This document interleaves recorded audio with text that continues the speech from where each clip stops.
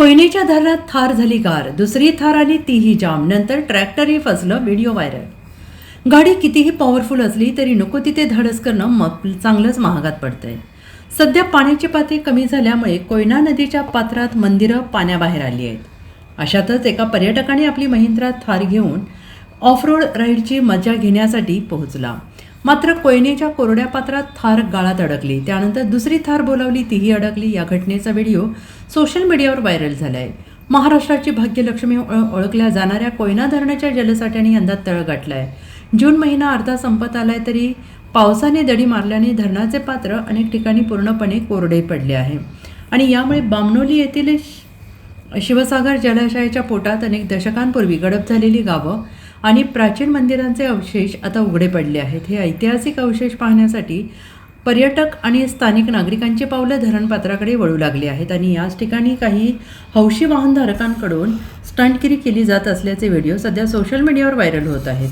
कोरड्या पात्रात वाहने चालवतानाचा व्हिडिओ सध्या सोशल मीडियावर व्हायरल झाला आहे आणि हा थरार हौशी पर्यटकांच्या चांगलाच अंगलट आलेला आहे। धरणाचे पात्र वरून कोरडे दिसत असल्यामुळे एका पर्यटकाने आपली महिंद्रा थार घेऊन फिरायला आला, पण गाळामध्ये काही अंतरावर थार अडकली। आता थार अडकल्यामुळे काढायची कशी असा प्रश्न पडला।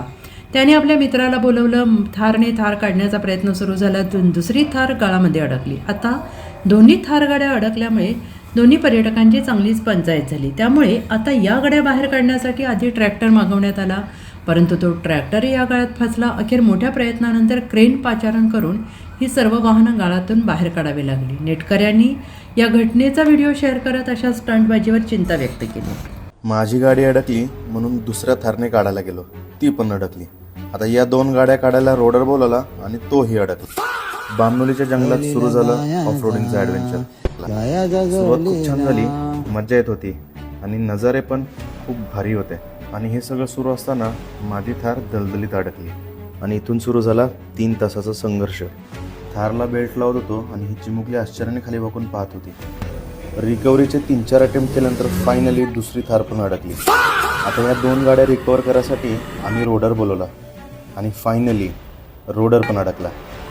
तिथे जमलेल्या लोकांच्या मदतीने एक थार तर रिकवर झाली। रिकव्हरीमध्ये बेल्ट पण तुटला, नवीन रोप आणि सोबत एंट्री झाली क्रेनची। मग काय, एका पाठोपाठ एक सगळ्या गाड्या बाहेर।